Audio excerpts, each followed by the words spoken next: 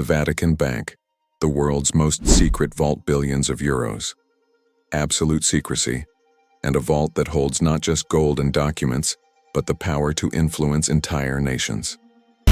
Today you're going to enter with me behind the scenes of the most mysterious financial institution on the planet, the Vatican Bank. Get ready, because what you're about to hear will completely change the way you see power and money in the world. But before we start, tell me in the comments, what city are you watching from? And go ahead and hit that like button and subscribe to the channel, because the content I'm about to reveal is the kind of information that few people actually know. The Vatican Bank, officially called the Institute for Works of Religion, was created in 1942. The name sounds nice, works of religion, but what happens behind these walls goes far beyond spirituality. The real function is to guard, move, and multiply the Catholic Church's fortune, without answering to any government or following the international financial laws that all other banks must obey. That's right, a bank without external oversight, without real public transparency, and that by law can only be investigated by itself. The Vatican has only 44 hectares, the smallest country in the world. But within this tiny space exists a financial system that operates globally, moving billions of euros in complete silence. The secret lies in diplomatic immunity. The Vatican Bank is outside the jurisdiction of any country. Neither the IMF nor Interpol nor the UN has authority to investigate its transactions. Any amount can enter or leave there without effective tracking. This model was created exactly to be an invisible vault where the money of cardinals, politicians, businessmen, and even dictators could circulate far from the world's eyes. For decades, leaked documents revealed disturbing connections. In the 70s and 80s, the Vatican Bank was accused of laundering money for Italian criminal organizations, facilitating secret operations of intelligence agencies, and even hiding fortunes stolen during World War II. But one case exposed everything brutally.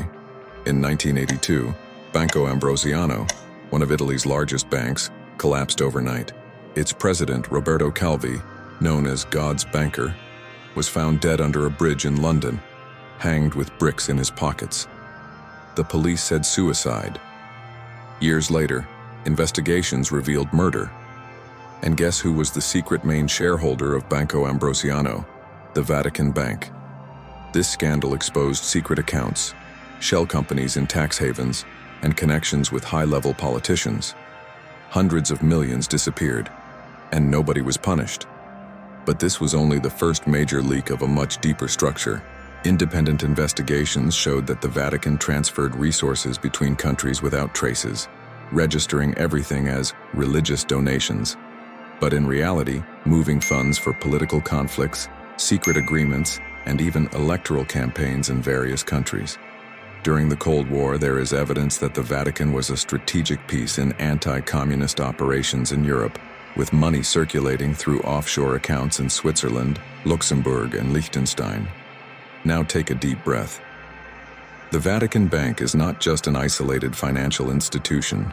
It functions as the nerve center of a global network that connects international banks, investment funds, multinational companies, and political structures, all through discrete investments by means of invisible intermediaries. Reports obtained by investigative journalists reveal that the Vatican has indirect stakes in energy companies, technology, pharmaceuticals, and even funds that finance political campaigns. Yes, part of the money that finances elections and influences governments may have connections with the Vatican. Why? Because money is power, and the Vatican learned to use this power without exposing itself. While people see the Pope as a spiritual leader, there exists a parallel structure of cardinals, financial consultants, and diplomats who operate behind the scenes, moving billions to guarantee global influence.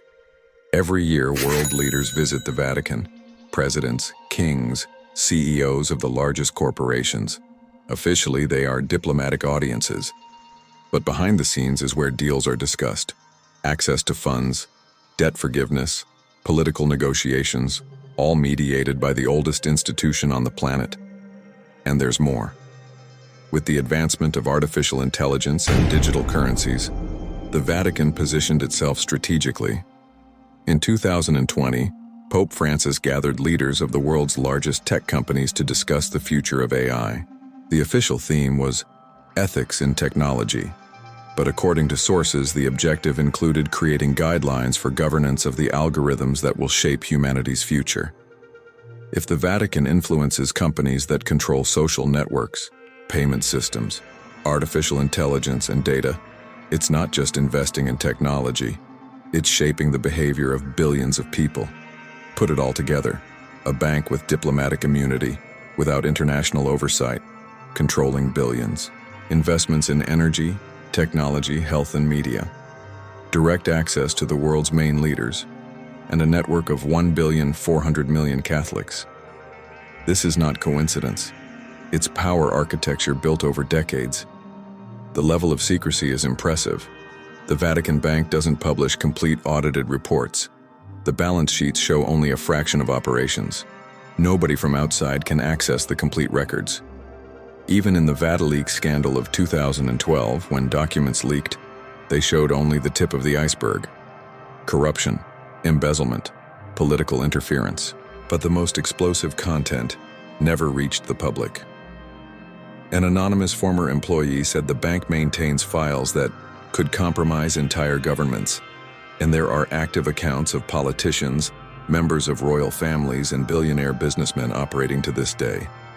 In 2019, the Vatican initiated a transparency reform, officially to modernize the bank. But analysts believe it was the initial step to integrate the system into the global digital currency ecosystem.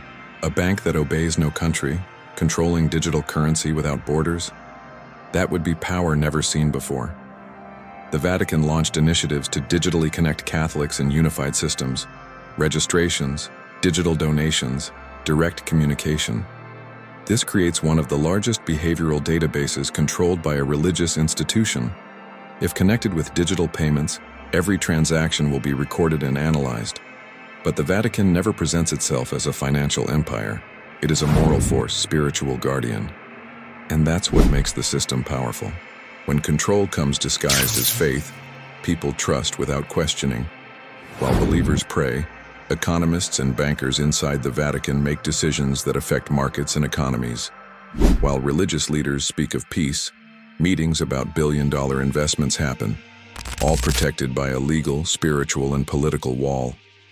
Why do world leaders from different religions seek audience with the Pope? Tradition? Or do they know the Vatican has access to valuable information, connections, and resources? In each diplomatic visit, they make symbolic donations, but according to investigations, these include financial agreements and investments. The Vatican offers spiritual legitimacy and receives political and economic capital. When it was created, the Vatican Bank was registered as a religious entity with financial function, a unique category in the world. It can move resources without being a traditional commercial bank, giving extraordinary freedom. It's a bank that isn't a bank, a company that isn't a company, a government that isn't a government, but that interacts and influences all of them. How does this survive for 80 years, go through gigantic scandals, and continue operating? Because the most enduring power acts in the shadows, doesn't seek spotlights, builds influence through decades. The Vatican Bank is symbol and tool. Symbol of faith for billions, an influence tool for the few who understand the system. While the world gets distracted with political scandals and economic crises, the real power operates in silence, protected by historic walls and centuries of experience. So what do you do with this? Understand that the global financial system isn't controlled only by visible banks. There are much older structures operating behind the scenes. Always question. Not always is the spiritual just faith, and not always is the financial just money. The most powerful structures exist at the intersection of these worlds. Share this video with those ready to question. Hit the like button, subscribe, and turn on notifications. Tell me in the comments, do you think institutions like this have this level of influence over the world system? In the next videos, I'll reveal even deeper connections between religious structures, central banks, and the future of digital currencies. Stay tuned. Question everything. Truth has a way of coming to light, even when they try to hide it. Until the next revelation.